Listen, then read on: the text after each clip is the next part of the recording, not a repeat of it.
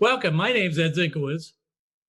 Today, we're going to explore an important tool that you can use to help you get answers to why questions and what questions.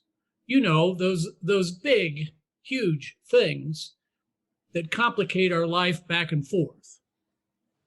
The big tool is called reflection. Today, my co-host is Brian DeCure, and he's also going to be our Zoom master today. Brian, please tell us what our attendees need to know. Sure, thank you, Ed. So if there are questions throughout the presentation, then the way that you would ask those is you can either put them in the chat box. There's also a button, or all attendees should have a button to raise their hand. And there's also a Q&A feature. I'm going to be monitoring all three of those areas. And so if there's questions or things that need to be said or you'd like to say, go ahead and put them there. Back to you, Ed. All right. Thank you, Brian. I'd like to take a minute to introduce all of the panelists that are with us today. Christina Guaro, if you'll wave your hand, works with patients on the autism spectrum and ones who live with ADHD. She believes that careful reflection has been pivotal in improving their lives. Mary Dunn is convicted that when adults are not progressing on their chosen career path due to a variety of things, reflection is key to determining the initial course of action to take. Nick Sager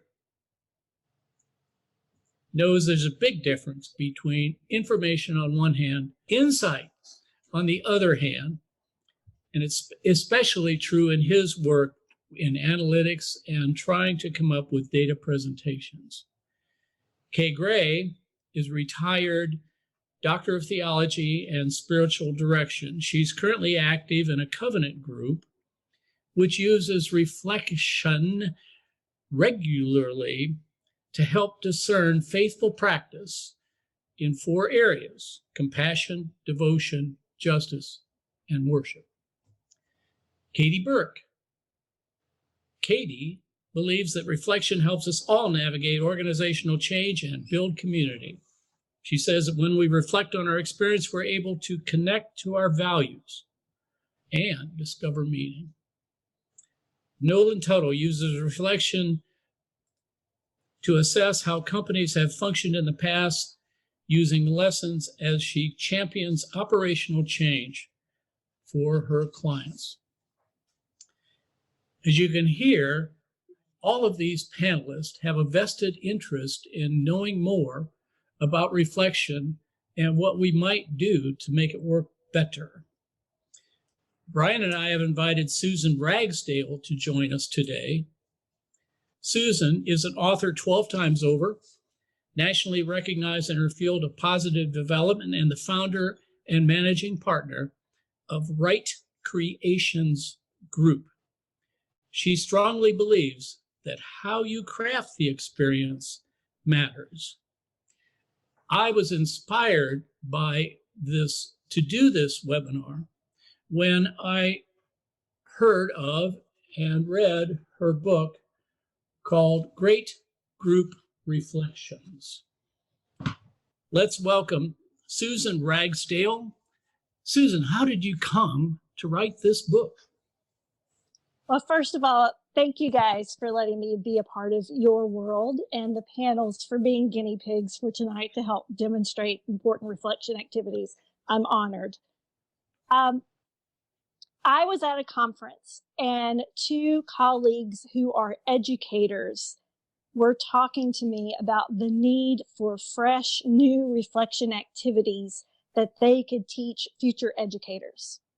A couple of weeks later, I was talking to someone Ed knows very well, his daughter Ellen, and we had the same kind of conversation about the need for intentional reflection and critical thinking in a summer program she was managing where mentors were working with mentees, and the mentees were young people who were having their very first job experience.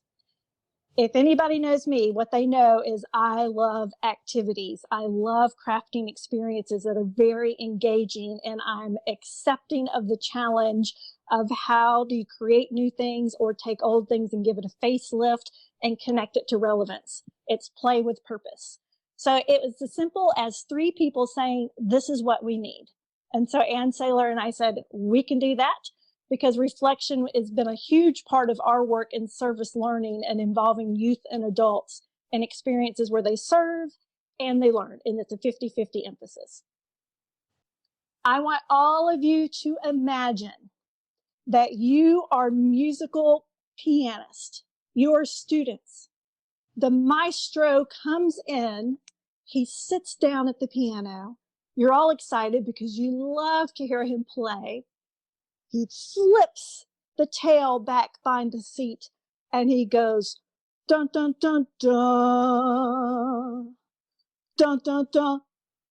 He stops and he leaves. I'm going to ask my panelists, how do you feel? What's going through your head at this moment? Somebody, what did you feel? Is he sick? Does he need some help? And why did that thought come to mind?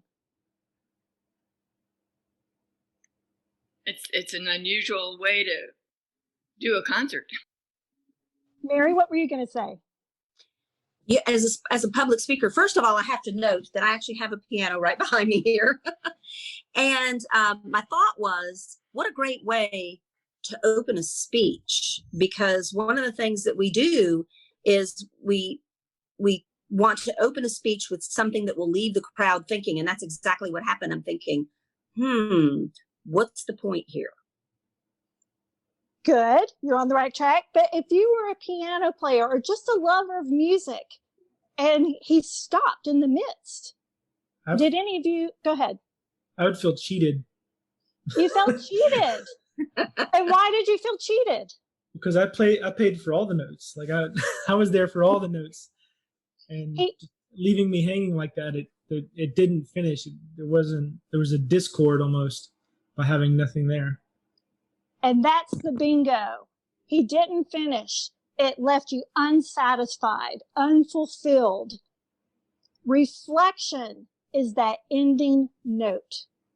When we listen to music, you probably automatically in your head went, duh.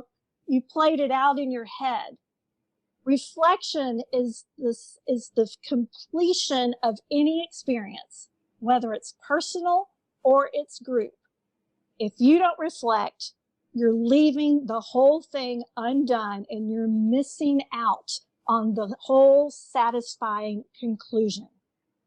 So that's our kickoff for this. And why is reflection important? I'm going to the panel right off, and we're going to do what I call the 1, 2, 3 entrance exam. And I want 1 volunteer to answer the first question, 2 volunteers to answer the second, and 3 volunteers to answer the third. So if someone will answer, why do you think it's important to make time for reflection? What's experience taught you guys about that? One of the things that making time for reflection has taught me is that it's helped me discover some things that I didn't realize about myself. So if I think about an action that happened, right, or a conversation or some event that I participated in and I had some sort of response, it's usually in reflection that I discover the why I responded in the way that I did or said the thing that I said. Thank you. So 2 volunteers for the next one. What's a challenge you have or have had in integrating reflection into your daily life? Oh, I'll answer one of those. I find it hard to find the time or to honor that time when I do set it, or being in the mood when that time comes up. So it's like I might make it important, but it just doesn't always seem important enough. Thank you. I'll jump in on that one too. I think a challenge for me is that I'm so performance and achievement oriented that reflection, sometimes I will force it and say, oh, I have to have this profound insight out of this time of reflection with myself, or I have to check these 3 boxes out of this time of reflection. What I'm learning is that when I approach reflection from a posture of nurture, like, oh, I can, whatever comes up for me is okay. Whatever I learn or don't learn in this time of reflection is okay. I'm not looking to check boxes or achieve my way through this time. It's been really a fun process to discover that, but it's challenging for me. For type A personalities, I feel it can be more challenging. I hear you. And finally, for the last one, 3 volunteers. What's one benefit for reflecting? I think for me, the biggest benefit is that I don't have to waste a lot of time going down a road that isn't working. Nice.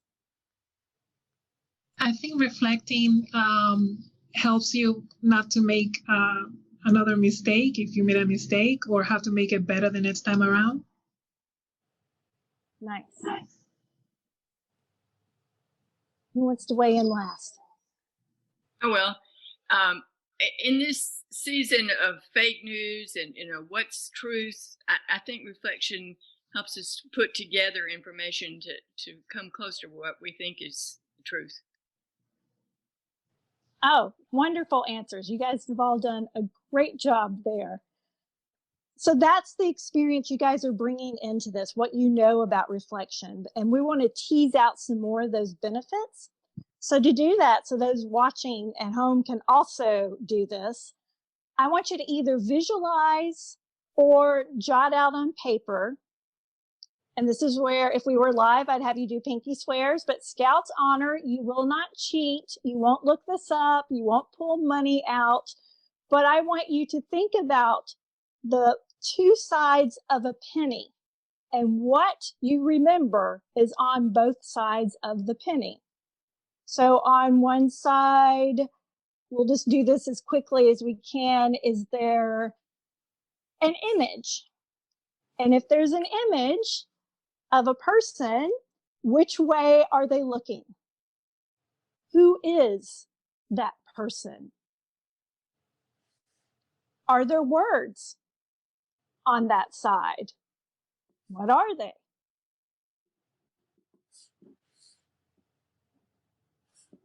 On the other side, what's the image? Is it a place? Is it an item? Is it a thing?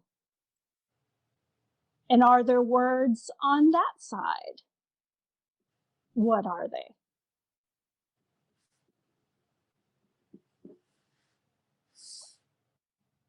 I'm not giving you guys a lot of time because we just want to do this quickly, but let's hear, what do you think is, what do you recall? What do you remember? What do you think is on one side of the penny? Let's say, take that side that we think there's probably a person on. See, I'm helping you out tremendously. Do you know who it is? And which way is the person facing? When you look at it, which way is it facing? So we don't get our lefts and rights confused. I want to say that Lincoln's head is pointing to the right. I think. Okay. And I know there's a letter on there. And I forget what the letter stands for. I think it has to do with where it's minted. Okay. I see Katie nodding her head. Is there anything else? Anybody disagree on the direction that, do you disagree if it's Lincoln? And do you disagree that it's looking to the left as you're facing it? Raise your hand. To the right. Right. Sorry. I agree with Mary that it's Lincoln, but I think Lincoln is facing the left because I think that letter of the place where it's minted is on the right. Okay. I think the letter is on the back, on the tail side, but I might be wrong on that. Did anybody have anything else on the facial side of the penny that you recall? Any other words or? E pluribus unum, is that on the penny? We'll find out here in a second, or 2 or 3. Anybody else have ideas that you want to speak now or forever hold your peace? What about the other side? What do you think's on the other side of the penny? It's a building. That's as far as I got to. It's a building. Is it Jefferson or Lincoln Memorial? Lincoln Memorial. Yeah. Okay. I drew columns on the building. Yeah. Put "In God We Trust" on there. Okay. Yep. I see some heads nodding. All right. So let's look here. So the front, we have him as you're facing it. He's looking, did we get the direction right? Looking to the right. To the right. Okay. In God We Trust, we have the year on there. Got some words, liberty. Is this the letter you guys were all talking about? Mm-hmm. On the back. Now you can see from one of my volunteers earlier, they also drew a building. And this one has something totally different. It's got the United States of America. So if we take this reflection of a penny that we have all seen, what are some of the lessons we can draw out from that connected to good benefits, good reasons to reflect, especially in groups? We all seem to recall the same, but things can change. And why might things change? They all do. That's what we're supposed to do. Change. I thought you were going to say based on the year it came out. Yeah, it could be. When we look at the penny, we recall different things. Different things stand out for different reasons. Somebody might think, oh, I remember the year of the penny because I collect pennies and I'm looking at them closely. Or someone else, in God We Trust, is important to them. Reflection's the same thing. Different things stand out. Sometimes we don't recall events the same way because of our point of view, our experience. As Nick was saying, there is a building on some, and some it has the 1 cent. That changed depending on the year that it came out, which could be cultural differences and age differences. Ed's experience of a penny perhaps is more significant than my experience of a penny, just because of how valuable it was in our age and the time that we lived through life. When I was telling him about doing this activity, he said, why not use a quarter? That would be a little bit easier. And I got to thinking about it. I'm like, no, the penny is the foundation of wealth. It's the common denominator upon which you build. Reflection is a common foundation. It's a shared experience. We can all access it. We can all reflect just like we can all use pennies. And I actually got to thinking about, and I'm sure you've seen this or you've experienced it, when you're going for exact change, you're like, wait, I have a penny. I'm pretty sure. Let me dig here. And the excitement when you find the penny. Or you go into a convenience store or a coffee shop and they've got the little tray of pennies to help you out. We have excitement when we make aha discoveries in our own lives from our own inner wisdom. We can have that same excitement when others help us out and mirror back. You said this, or I hear you talking about, and you're like, oh, yes.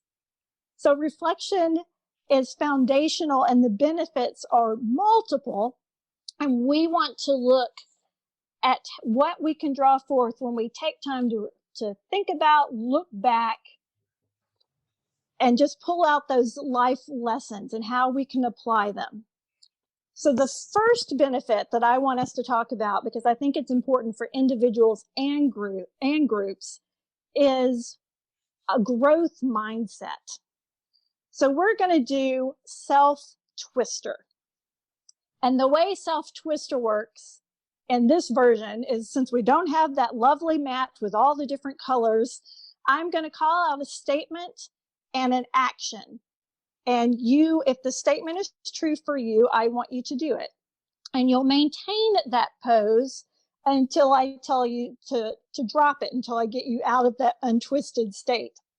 So first one, as an example, if you have struggled with a decision of some kind this week, I want you to cross your right leg over your left leg. And keep them crossed.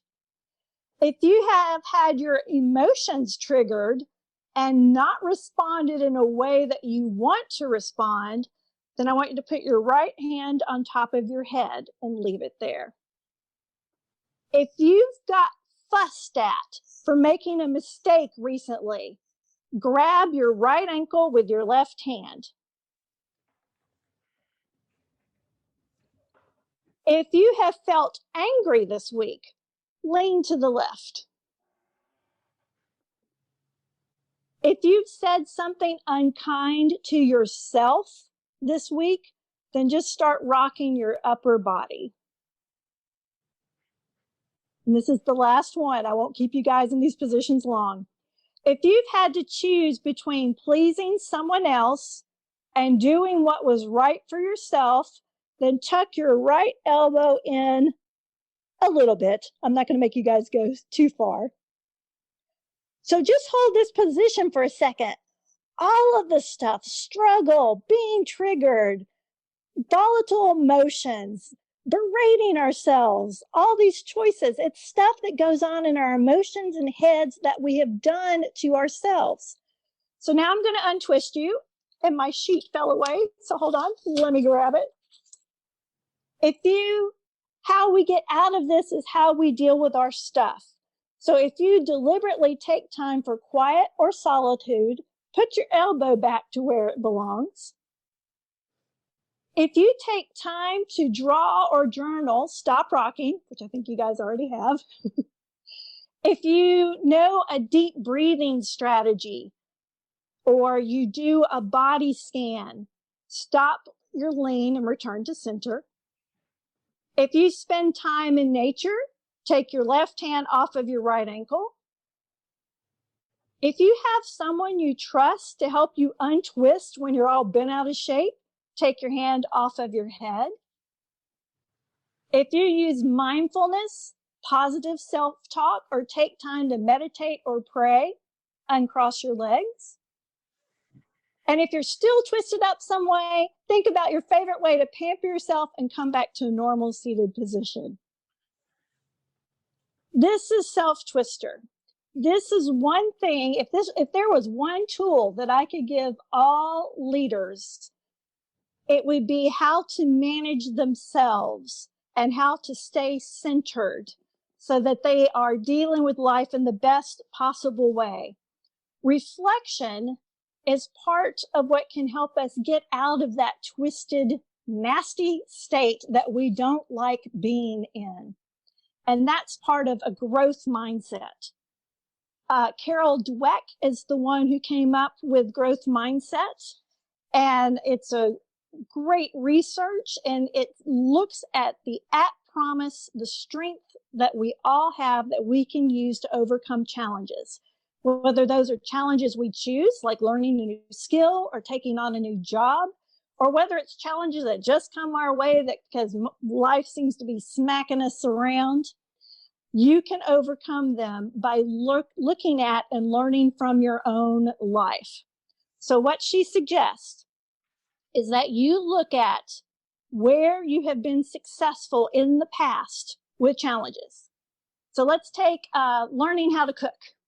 There was does everyone know how to cook on the panel? Oh, no, Nick's not there yet. So we're going to help Nick figure out how to cook. And those of us who have learned how to cook, who'd you learn it from? Start naming off some of the folks. Who taught you how to cook? How'd you learn? My mom. My grandmother. My dad. We had people who taught us how to cook. I'll do this by hand raising. How many of you had to experiment? And there were many mistakes, possibly burned recipes, or something didn't go right. Experimentation is part of it.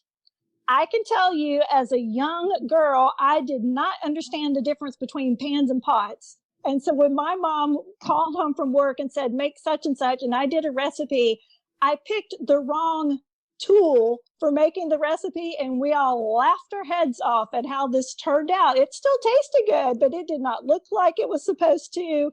It was not in the proper pan.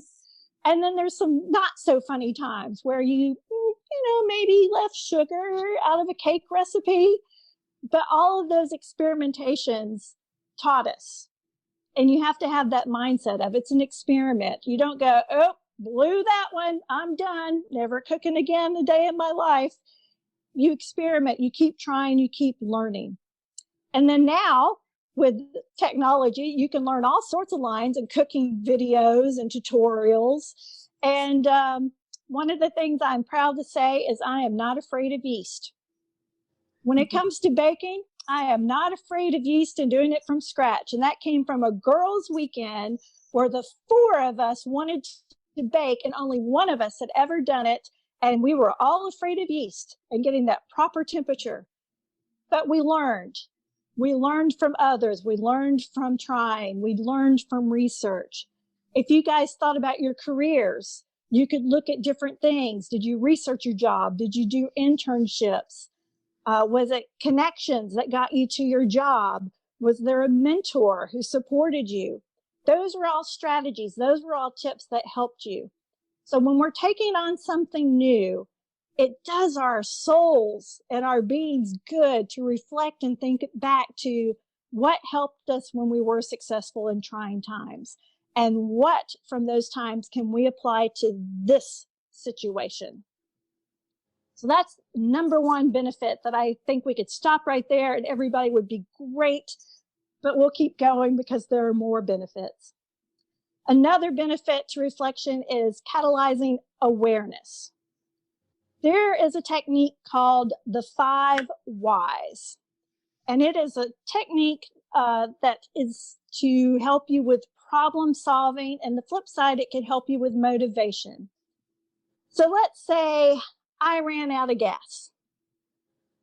You guys would simply ask me, maybe I was late to work because of it. You would ask me, why? And I go, well, I didn't buy any this morning. And you go, well, why? I didn't have any money. Well, why? I lost it in a poker game last night. And you go, why? And I went, well, because I'm not good at bluffing and I didn't have a really good hand and I put all my money on the table. And you go, aha, there's the problem right there. We drilled it down, and there might be some solutions that you guys would give me. And it might just be that I never played poker again.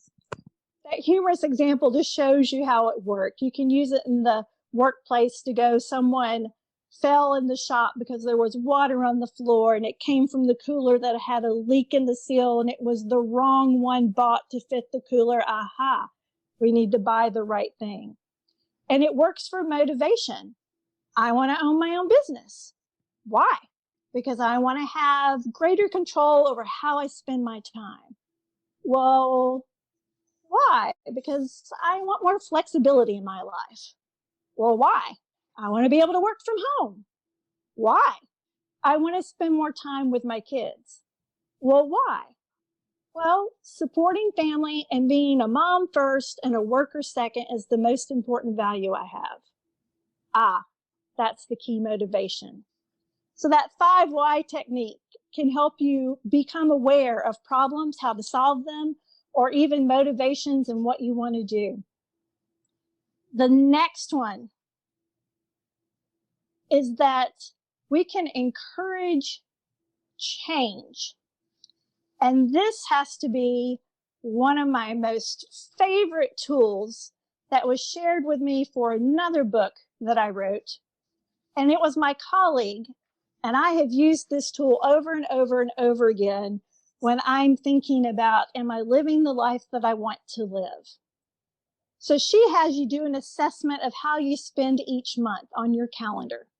So what are the big things on your current calendar this month? What are you doing? Where are you spending a lot of your time? And then as you list those, you look at each activity and you ask these 3 questions. So like for me, a lot of times I would have writing and training on my calendar. So how would I feel if writing was the only thing in my life? Now, there's a time that I would have said, that's wonderful. That's the only thing I need in my life. It's my spark. It's my motivation. It's my joy. And then how would I feel if writing wasn't in my life? Well, I'd be really bummed. I wouldn't be fully myself because it does bring so much joy. And why am I writing? Well, I'm writing because I want to bring a gift to young people and to groups. And I know that I've got this ability to connect research and best practices to activities, and I can give them games and they'll have more fun and relevance in meetings. And that's just bringing joy to the world. So that's how I would have answered that 5 years ago. Now that I am doing mostly writing, I have come to realize that it doesn't need to be the only thing in my life. Sitting at a computer and typing away as I get older means I need to have more action, more activity in my life to balance out the sitting. And so I have maybe a little more balanced perspective of that than I did several years ago.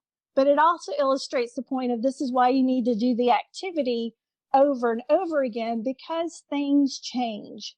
We change, we grow. I passed on this activity to a friend that I was coaching. He was trying to think through a job decision. I said, here, do this activity. I think it'll be helpful. And then let's look at it and we'll talk. He emailed me the next day, said, we don't even need to talk. I have made my decision. I am leaving this job and I'm going out to set my own business up. I was a little floored that happened because of this activity that passed through, but that just shows the power of the activity. Another way to do reflection that I'm doing this year, and I hope to keep it up, I learned from a friend, and I am keeping in a journal. I'm looking at each month and I'm writing down gratitudes, where gifts have shown up, where flow is, where opportunity is, where things are that are just exciting. And I'm writing down my worries. And I'm putting a W beside the worries that I'm putting in my journal, because what I want to learn from my own life is what the science tells us, is that the majority of things we worry about don't ever happen. But for some reason, my emotions don't like to believe that fact. So I'm writing it down. And at the end of each week, I go back and I X out the worries that never manifested, because I want to see if I can change my own brain to look for abundance and gratitude and getting rid of the worries. So one of the benefits of reflection is encouraging change. It also can increase gratitude. And this is where I want the panelists to help me out again. We're going to think about the things we're grateful for. And I'm just going to do like a 1 Mississippi, 2 Mississippi count in my head to 30. We're going to see how many things we can name we're grateful for, how far we can get through the alphabet. And if anybody's watching wants to put them in the chat, then Brian can read some of those things out loud at the end just to see collectively what we're enjoying. But I will tag Nolan first to go with the letter A. And then she'll just call Nick and he'll know that he's B. So you guys keep up with it. And let's just name how many things. Let's see how far we can get in 30 seconds and how many things we come up with. You good, Nolan? I'm good. So you're ready for me to start? Yes, ma'am. Okay. I am grateful for appreciation from other people. I'll tag Nick next. I am grateful for bad jokes. Katie Burke. I am grateful for cats who are furry and fun companions in life. Tag somebody. Who's next? Sorry, I'm going to tag Kay. I am grateful for delightful moments, and I'm going to tag Mary.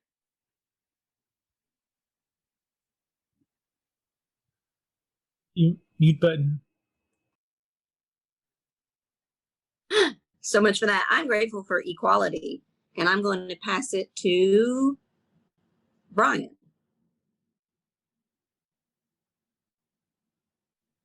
I am grateful for Franklin, where I live. And I'm going to tag Christina. I am grateful for all my gorgeous friends. I'm gonna tag who's left. I think everybody went. Ed. Ed. Thank you. I'm grateful for helpful people like you all. And I And let it go. Oh, go ahead. I'm going to tag Susan. And that's the H. How about happy hearts? I am grateful for happy hearts. I let it go longer because I wanted to get everybody in. Gratitude changes our brains. When I was doing research for one of my books, I literally read a book called How God Changes Your Brain, and it looked at meditation and gratitude and what it does. And I think that's a powerful booster to reflection, is to really consider the gratitudes in your life, because if we go back to those challenges that we're overcoming and facing, anytime we can look for the gifts within, it helps bring some balance, because it's neither either or. It's not good times, bad times. It's just life. And so within every challenge, there is also a gift. One of the activities in the Great Group Leaders book that I'm just going to quickly do is called the Boon. Reflection can help us clarify values. So I'm going to sum this up. You're on an away team mission to another planet. You're checking out the flowers, you're checking out plants, and this mangy, bluish, gray, almost cat-like creature comes upon you, and it's snarling and it's in pain. And you're kind of like, oh no, what am I going to do? And it comes over and it's still snarly, but it's holding up its little paw, and you see this splinter in it. And it's mewing and it's miserable, and you can see it's been in a fight. One eye's all swollen, it's bulging, weepy, and your compassion kicks in, because you know, even though it seems a little dangerous with this creature to pull the thing out of its paw, you know it's going to be better if it does. So you get down on your knees and you pull stuff out of your pack and you get what you need, and you start talking to it and making soft cooing sounds to calm it and soothe it. And you tell it what it's going to do, and you explain everything, and you go and you get a hold of it, and you're like, on 3, 1, 2, 3, and you pull it, and it howls in misery, and it starts licking its paw. And then it's like, oh, looking at it, and you coo, and you're like, oh, I know that hurt. And you get out some food from your bag, and you're putting granola protein bar pieces on the ground, and you hear this voice behind you that says, thank you for taking care of my num-num. And you turn around and you see this huge 7-foot parental creature. You're not even sure if it's male or female. And you're kind of startled, and you gulp and you say, you're welcome. And the creature asks, are you human? Yes. Well, I've heard of your kind before. You must be one of the good ones. The creature then tells you that they can repay your kindness and grant you one boon. This creature has the ability to make you very wise, very strong, very healthy, or very influential. Which do you choose? So panelists, what would you choose? Wisdom, strength, health, or influence? Health. Wisdom. Health. Wisdom. I would choose health too. You know, I just knew one of you Toastmaster types was going to say influence. I was just waiting for it. Mm-hmm. This is an activity you can use to lead into values clarification, what's really important in life. So what do we want our lives to look like and be like? And that leads to our next activity, which is what is success for you? So let's talk about this first as far as language goes. What word resonates with you guys most when you think about the life you want to have and the person you want to be? Is success the word that comes to mind? Is it fruitfulness? Or is it some other word? What's the word that gets you going? For me, it would be fulfillment. Good word.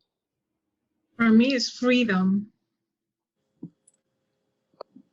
Mine was like Christina's. It was autonomy. Okay. I use that word fruitfulness a lot. I think it's in, oh, go ahead. I was going to say love. I don't know if that really fits here, but that's what I'm thinking. I think it's important for all of us.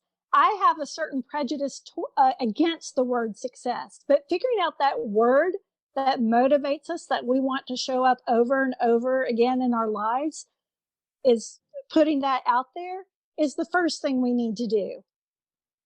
So Ralph Waldo Emerson wrote this piece about his vision of success: to laugh often and much, to win the respect of intelligent people and the affection of children, to earn the appreciation of honest critics and endure the betrayal of false friends, to appreciate beauty, to find the best in others, to leave the world a bit better, whether by a healthy child, a garden patch, or a redeemed social condition, to know even one life has breathed easier because you have lived. This is to have succeeded. The challenge I want to give you guys for the next little bit, we won't spend too long, see if you can rewrite the first two sentences of this for yourself.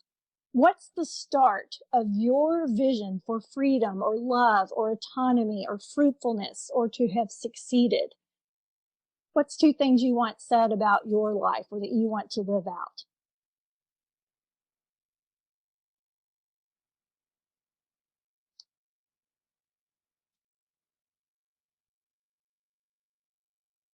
Five, 4, 3, 2, 1. Would anybody be willing to share a little bit of what you thought about and what you wrote? I wrote. Go ahead. Go ahead, Nick. I'll call it Mary, you go, and then Nick, you go. Okay. So the number one most important one for me was to have loved unconditionally, because like I've got the word love on every wall in my house.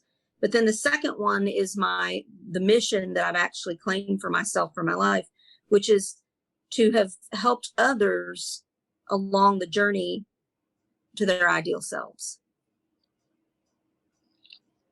Okay, I'm gonna have to say that's so funny because my second line was, you said it much better, but it's along the same line, so I can relate there.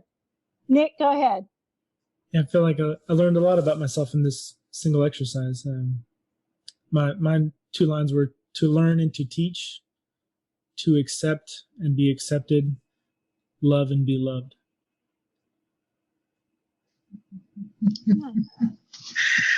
I also learned a lot from me. To do what I like as much as I want to do, and free of judgment and full of compassion. Nice. My lines were to have loved fully and without condition, and to have impacted the life of another for the better. And I added a third one, to have generated joy. My first one was to choose forgiveness and reconciliation in all circumstances. And my second was to love generously, especially to people at their lowest moments. Okay, Ed, Brian, no pressure, but I want to. I'll go. I have to give to others a positive experience, make others laugh, and to leave this life and have others remember me fondly for the things that I said and did, and how I made people feel.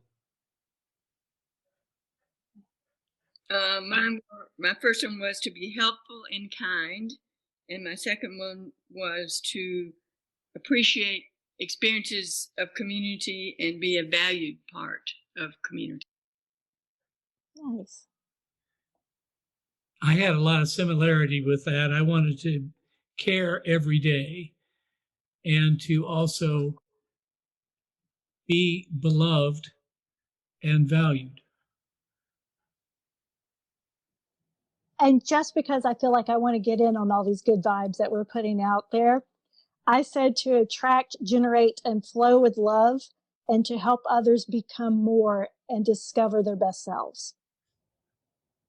For me, this singular activity is part of how you craft an experience for personal growth, group connection, and it shows why crafting the experience matters and why reflection matters. To go into our inner teacher, our best self, and to learn what's in our core. What's my own inner knowing? Tell me. Who am I really? What am I supposed to be in the world? What is my spark, my passion, and my purpose? I love this activity, and I always love hearing what is in everybody's hearts. All of what you had to say was beautiful. So we're at the last part of a benefit to reflection is solidifying learning and deepening understanding. And so we're coming to this 3, 2, 1 exit exam. It goes so quickly. So I'd like 3 of you to share what's one thing you learned from this experience. 2 of you, what deepened for you in our time together. And 1 of you to say what's an action step you want to take as a result of our time together. So who would like to take a stab at the first question? I learned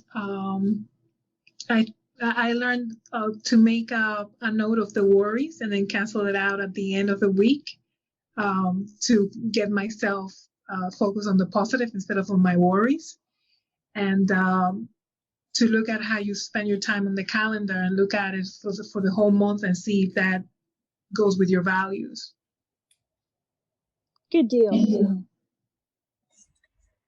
I learned that it's okay to practice this, that just like any other skill, it's okay not to be perfect, and it takes experimentation and learning from others and learning just from practice. So I really appreciate that about reflection. I learned that sometimes we have to ask that why question more than once to get to the real root cause. Nice. All right, 2 volunteers. What deepened for you? I had heard so deepen, I'd heard that why, the 5 whys before.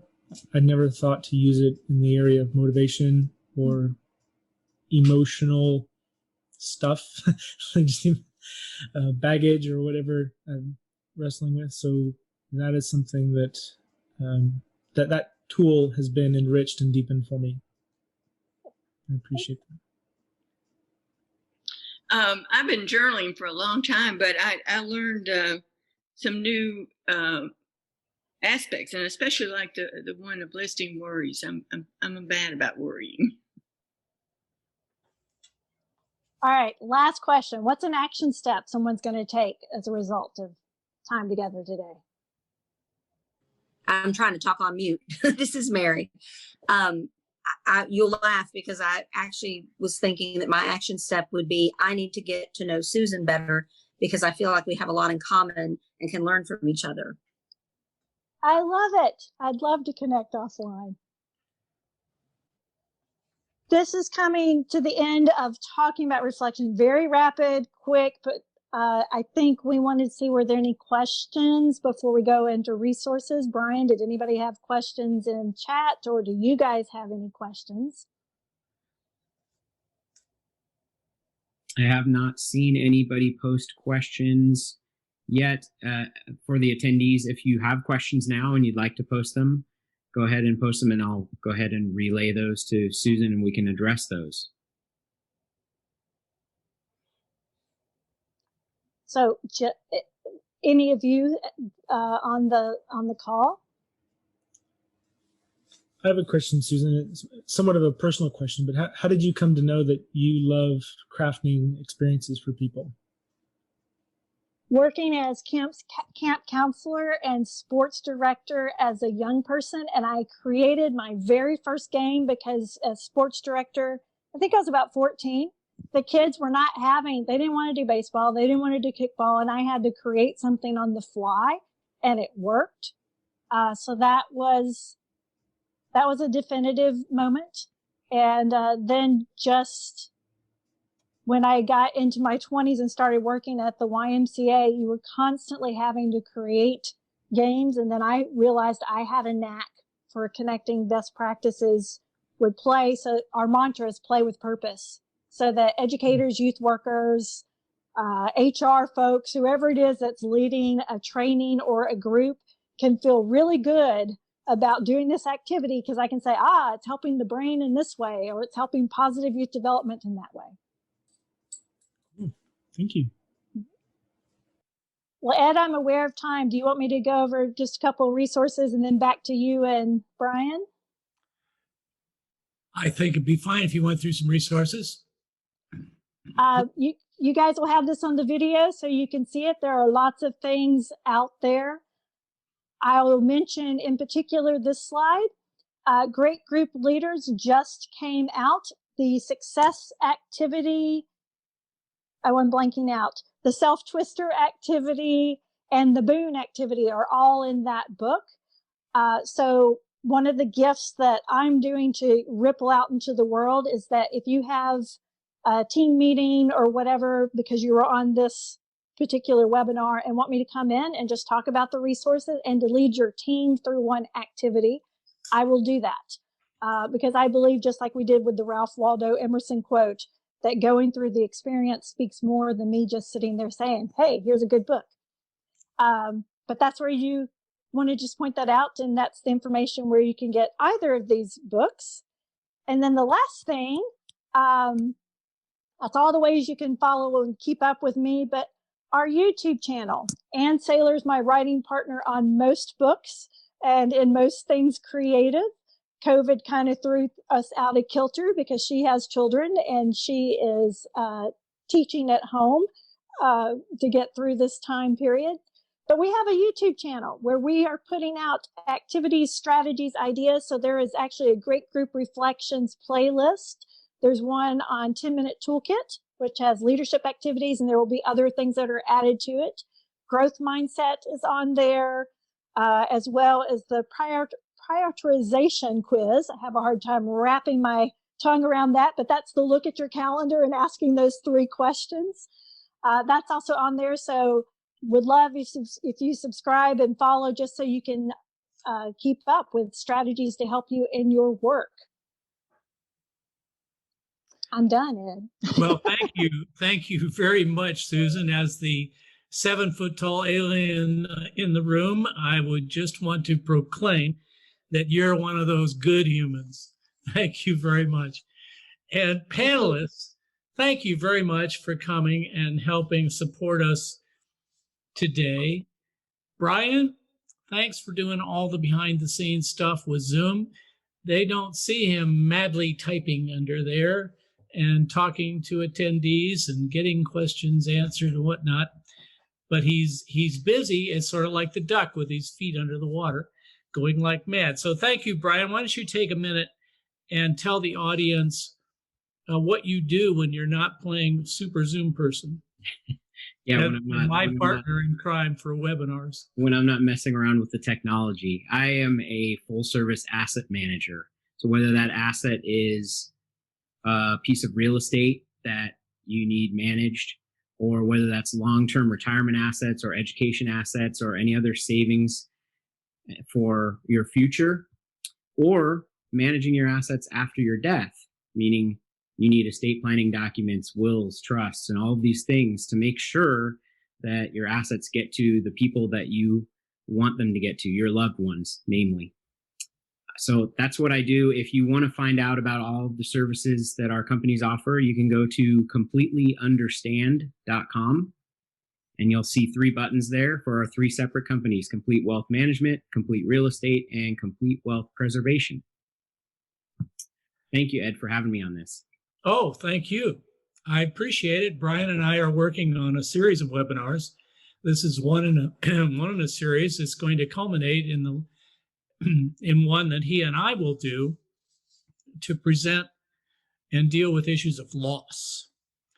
So we look forward to doing that. My name is Ed, as I mentioned, and I work a lot with retirees in particular. But when I'm talking about retirement, I work with issues about surprises and what the benefits are of work that you may not know you had. When I deal with issues of aging, I talk about the fears of aging, becoming dependent, running out of money. And I like to say, Brian, as a financial advisor, can help you make sure that the money matches the need at the right time. And I do everything else. How much money are you going to need because you want to do what? Help dealing with those issues. You can find more information about what I do at Retirement Kickstart, one big long word.com, retirementkickstart.com. Audience, I invite you to use what you learned today about reflection, and you can, and hope you will make your life richer because of the experience. There will be a video version of this when we're done, so you can come back and look again if you wish. Come back again. Again, thank you, panelists, and thank you, audience. Bye.